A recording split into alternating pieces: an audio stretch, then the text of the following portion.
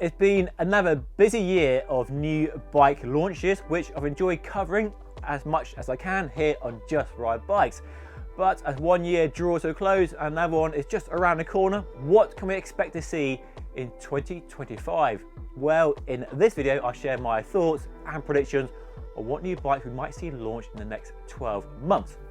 I've no inside knowledge on these bikes, it's just wild speculation in some cases, but in other cases, they are educated guesses based on my 20 years of covering the new bike tech. And let me know what bikes you're excited to see updated by dropping a comment down below. So without further ado, let's dive in. Let's start with the Cannondale Synapse, which is definitely due an update, which for the last 10 years or so has been a massively popular endurance bike, one of my personal favourites of all time. Developed with Peter Sagan back in 2013 for cobbled classics like Tour of Flanders and Paris-Roubaix, but a fantastic comfort, mile-munching, long-distance grand tourer of a bike.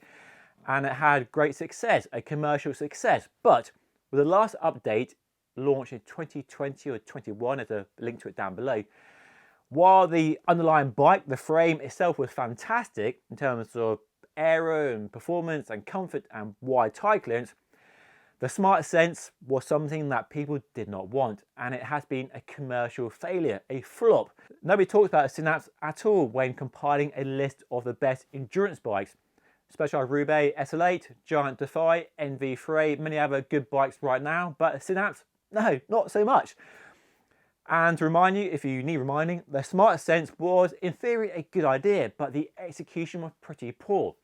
A down tube mounted battery powering a radar, rear light and front light that wasn't optional, it was baked hardwired into the bike, meant that people didn't buy a bike because they weren't happy with being forced to have the technology and extra weight and stuff they didn't want.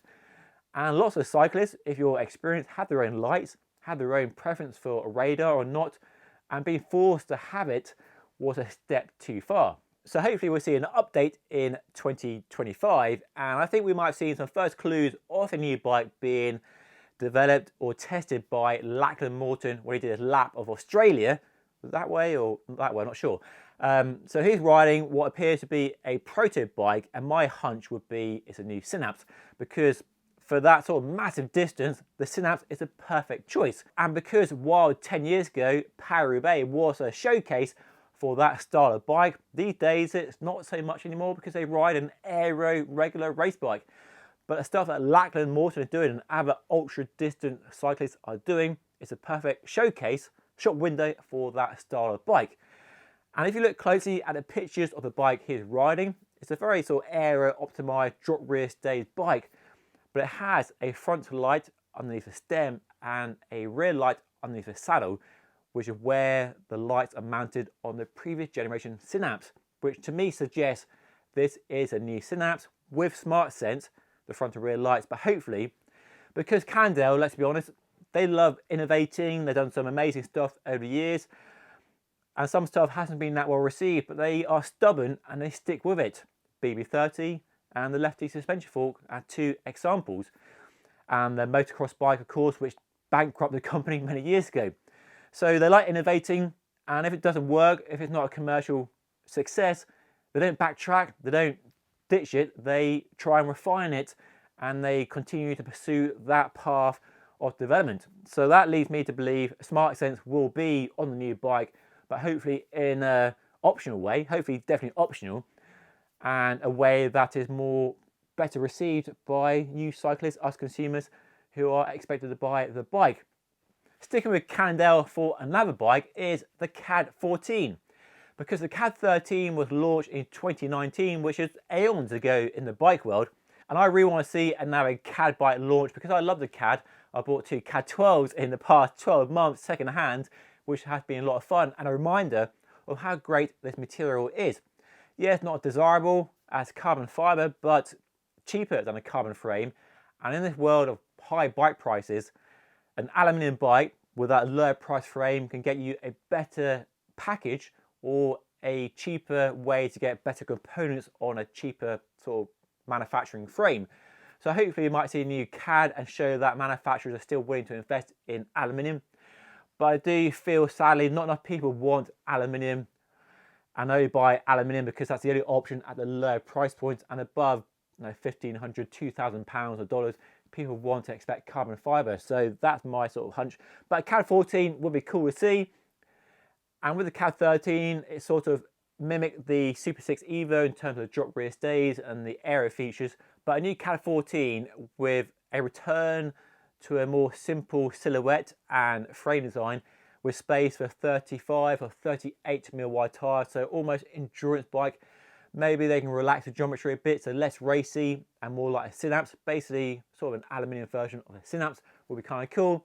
Mudguard fender mount to make it versatile, and a full range of options down from, you know, 105 Tiagra right up to Dura-Ace and SRAM Red. So that would be cool. My prediction for that actually happening though is a lowly 65% perhaps. Let me know your thoughts down below. How much love is there for a CAAD return, an aluminium bike in general? Love to hear your thoughts as always. Now, I mentioned this in a previous video, but worth talking about again is, might we see a new Specialized Venge? The Venge was the pure aero bike from a US company, but killed off in 2020 when they launched the Tarmac SL7. And it went from aero is everything with a hashtag and their wind tunnel, the wind tunnel they have in Morgan Hill, to one bike to rule them all, with the Tarmac SL7 claimed to be as aero as the Venge, but lighter. And it's interesting how the last few years have played out, with some bike companies following that lead of one bike that's trying to be as aero and light as possible, while some companies have stuck to an aero bike and a lightweight bike, like Canyon, Villiers and other brands. But with the UCI relaxing their rules from the 3-to-1 now being replaced by an 8-to-1 and allowing more extreme designs, as we've seen recently with the Cannondale Y1 RS, linked out down below, might we see a return of the Venge, but in a more extreme, radical, crazy aero shape? Perhaps. It would mean Specialized rowing back on their one bike to rule the world, but bike companies can't be static. They have to change. Sometimes they say this is the best thing since sliced bread, but sometimes things might change. The market might not perceive that bike so well, or the UCI might change the rules and they have to adapt. And what worked in 2020 might not work in 2025. It's constantly changing, and there's not always a right and a wrong. It's shades of right and wrong and something in between. So if Specialized launch a Venge, I think it'd be pretty exciting to see what they can do with their massive R&D budget, and maybe give the opportunity for the Tarmac to be even lighter and even more aero Venge. And clear, I see comments on my channel and on social media generally that lots of people miss the Venge, and some people I know still ride a Venge very happily indeed. And my chance of a Venge happening is, I give it a lowly 45%. Not that confident, but let me know what you think. And also, are you an aero person, a lightweight person, or both together? Let me know by dropping a comment down below. Sticking with Specialized for another bike, might we see a brand new gravel bike? I think this is likely to happen because if you look at their range, they don't have an aero gravel race bike, whereas most bike brands do. BMC have one, Ridley have one, and many other brands have an aero gravel bike for races like Unbound and Tracker, where the speeds are crazy high, averaging over 20 miles per hour, where aero definitely matters if you're at the pointy end. For us mere mortals, maybe not so much, but if you're covering long distance, even at slower speeds, aero still matters. But I digress. And if you look at a Specialized range, they have the Crux, a fantastic lightweight but not aero at all, and they have the Diverge and the Diverge STR, which are not aero either, and designed for comfort with a future shock and that rear suspender frame design, which I don't think has been that much of a commercial success. I've not seen many out there at all. So I think if we see some sort of aero gravel bike with the features of a Tarmac, so one-piece handlebar and stem, nice and narrow aero like the BMC Cayuse, aero features, but space for 45, 50mm wide tyres and a lightweight frame, I think Specialized can do that. They have all the bikes in the range, just merge the Tarmac and the Crux into one bike, and you have the perfect synergy of everything you want in a gravel race bike if you're racing. If you're not racing, though, the Crux is an amazing bike, but not redesigned for gravel primarily. And my punt on that actually happening, I give a strong 80 to 85%. Oh, another bike I should mention in the Specialized stable is the Aethos, because this was launched in 2019, so given the typical 3 to 4 year model cycle, it could be due an update. But how or where or why they update it, I've no idea, because it's still a fantastic bike and it has been a commercial success because super lightweight, still one of the lightest frames in the world. Could they make it lighter than 585 grams? I don't know. But what can they do to it? I guess they can look at what Scott have done with the Addict RC and make a frame that moves away from the simple round tubes, which I love, and the external routing, which I love, to a more sort of slightly aero optimized internal routed bike, essentially with a lightweight tarmac. That could be a possible move. I think that would upset a lot of people who love the Aethos. But the odd thing about the Aethos is it has a UCI sticker, even though it's too light to race, and it has the geometry of a tarmac, even though the people buying the bike aren't racing. And really it needs the geometry to match that style of rider and customer. So higher stack, shorter reach, longer wheelbase, space for 35 to 38mm wide tyres, so sort of all road. So yeah, that would be pretty sweet. I think that's a bike we could get on board with, and not dissimilar to the Scott Addict RC, but definitely less racy. Not a race bike, designed for, and take the UCI sticker off as well, don't need that on there, for us regular Joes. One of the most aero bikes in the world for the last few years has been the Cervelo S5.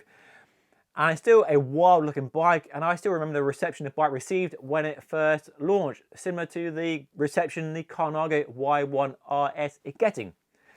But given the Cannondale was designed with the new UCI rules, which were introduced in about 21 or 22, a few years ago, replacing 3:1 with 8:1 for the aspect ratio of a tube profile, might we see an even more radical, more extreme and more aero S5? Because the pointy end of the World Tour peloton is pretty damn quick, and the competition between the different teams, Visma, UAE, is pretty intense right now. And while it's all about the rider and their fitness and everything else, of course, the bike does help. The bike is definitely a factor in it. There's no point giving away watts to another rival team just for the sake of it. So a bike that gives Visma the performance edge in terms of aerodynamics would be a reason to update the S5. And if they updated it, I guess it would go even more down the route of a time trial bike with drop handlebars. I've no idea what we might see from Cervelo, and Cervelo have history of really innovating in the aero space with time trial bikes and aero road bikes. And the chance of that happening, I reckon, is a pretty strong 85 to 90%. I've heard a few rumours. So yeah, watch this space. We might see a new Cervelo S5, if it's called that, next year. When it comes to gravel bikes, one bike I expect we might see launched, or updated, should I say, is the Canyon Grizl.